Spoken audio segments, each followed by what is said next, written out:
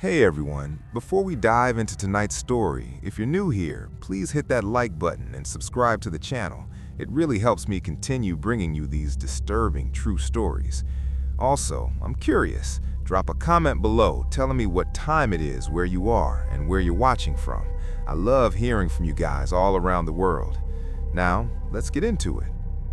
This story was sent to me by someone who worked in corporate finance in Chicago.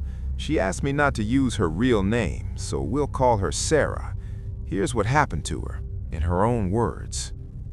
I never thought I'd be the type of person to believe in anything paranormal. I'm an accountant. I deal with numbers, spreadsheets, and quarterly reports. Everything in my world has a logical explanation, or at least it used to. This happened about 8 months ago when I was working at a mid-sized investment firm in downtown Chicago. The office was on the 19th floor of a building that was built in the early 90s. Nothing special, just your typical corporate space with cubicles, conference rooms, and that weird gray carpet that every office seems to have. I'd been with the company for about 2 years, and I was up for a promotion. My manager had hinted that if I could finish the quarterly audit ahead of schedule, the senior analyst position was basically mine. The only problem was I had 1 week to do 3 weeks worth of work. So I started staying late, really late. Most nights I was there until 10 or 11 p.m. The cleaning crew would come through around 8, and after that it was just me, alone on the entire floor. The first few nights were fine, quiet actually.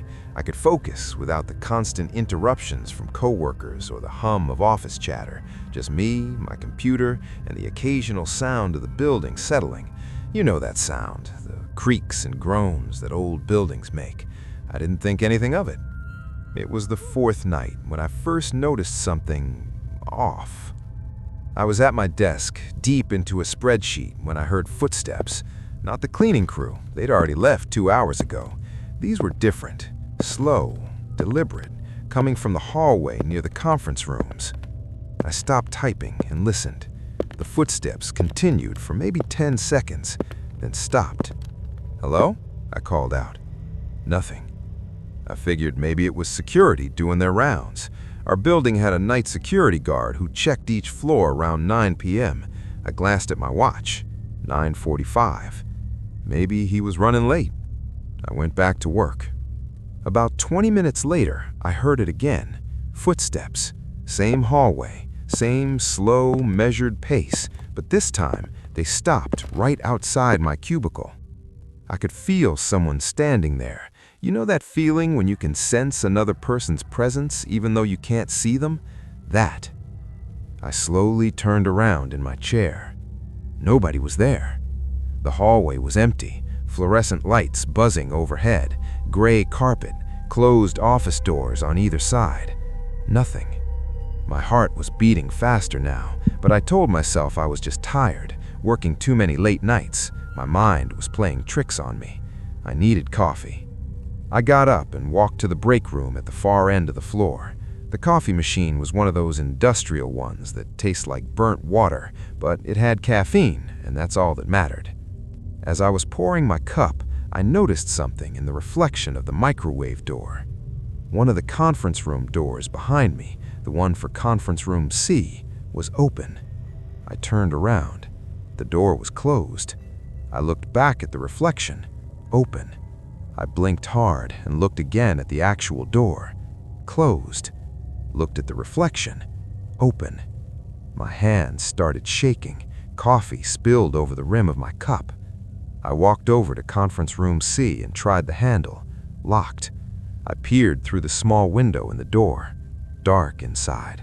Chairs tucked neatly under the table. Everything normal. I went back to my desk and tried to focus on work, but I couldn't shake the feeling that something was wrong, really wrong. Around 10:30, my desk phone rang. I stared at it for a moment. Nobody calls the office this late. Nobody even has my direct extension except for people in the company, and they'd call my cell if it was an emergency. I picked it up. "Hello?" Silence. Not dead air, but the kind of silence where you can tell someone is on the other end, breathing. "Hello? Who is this?" More silence. Then a click. They hung up. I checked the caller ID. Internal extension. Conference room C. The same conference room I'd just been standing in front of, the one that was locked. My stomach dropped.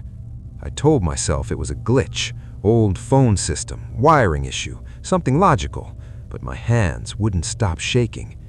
I should have left right then, packed my laptop and gotten the hell out of there, but I was so close to finishing the audit, just 2 more hours of work, maybe 3, and I needed that promotion. So I stayed. At 11 p.m., the lights went out. Not all of them, just the ones in my section of the office. The emergency exit sign stayed on, casting everything in this sickly red glow.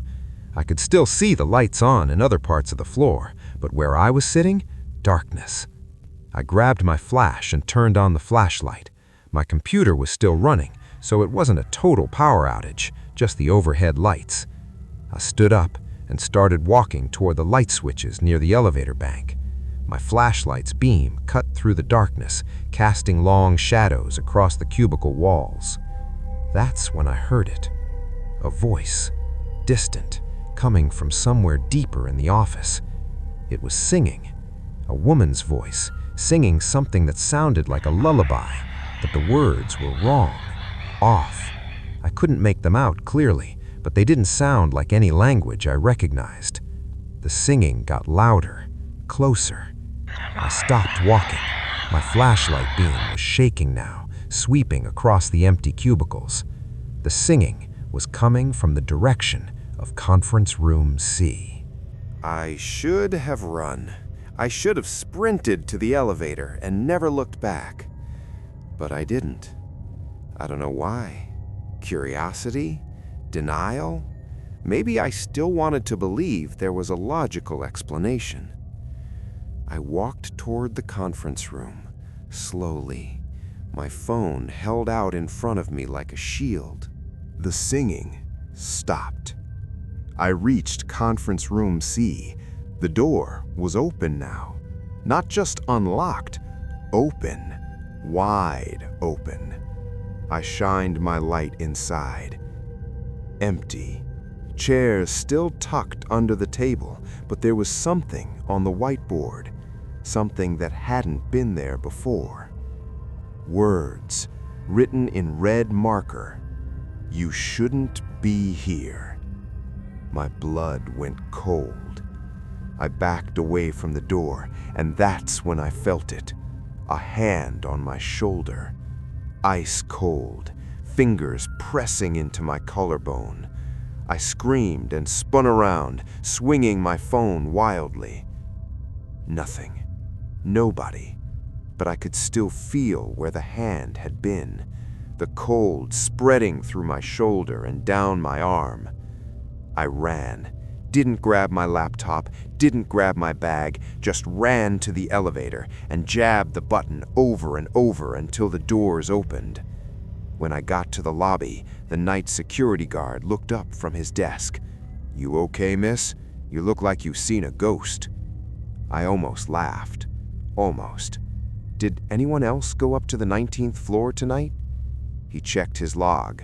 "No, ma'am, just you. Been just you since the cleaning crew left at 8. "What about the cameras? Can you check the cameras for the 19th floor?" He pulled up the security feed on his monitor, showed me the footage from the past 3 hours. There I was, sitting at my desk, walking to the break room, standing in front of Conference Room C. Alone the entire time. No footsteps in the hallway, no one standing behind me, no hand on my shoulder. But Conference Room C's door, in the footage, it was closed the whole time. Even though I'd seen it open, even though I'd walked up to it, even though I'd read those words on the whiteboard. The guard asked if he wanted me to go up with him to get my stuff. I said no, I'd come back in the morning. I didn't sleep that night. Every time I closed my eyes, I could feel that hand on my shoulder, that cold, pressing weight. The next morning, I went back to the office. Daylight, people everywhere. safe. My laptop was still on my desk, everything exactly where I'd left it. I grabbed my things and headed to conference room C. The door was locked. I asked facilities to open it. Inside, everything was normal. Chairs tucked, table clean, and the whiteboard completely blank. I finished the audit from home that week, got the promotion, but I put in my notice 2 months later. I couldn't do it anymore. Couldn't stay late, couldn't be alone in that office. Because here's the thing that still keeps me up at night. A week after that incident, I was talking to Janet from HR. We were making small talk, and I mentioned how creepy the 19th floor gets at night. She laughed and said, "Oh yeah, that's why most people avoid staying late. Didn't anyone tell you about the woman who died up there?" I felt my blood run cold. What woman? Back in 2006, audit manager. She was working late one night and had a heart attack at her desk. Nobody found her until the next morning. She was sitting in the same section where you work. I never asked for more details, didn't want to know. But sometimes, late at night, when I'm alone in my apartment, I swear I can still hear it. That singing. Faint, distant, like someone's trying to remind me that I'm never really alone. So that was Sarah's story. She doesn't work in that building anymore, but she told me she still avoids staying late at any office. Can't say I blame her. If you've ever experienced something paranormal or unsettling while working alone, share your story in the comments. I read every single one. And as always, thanks for watching.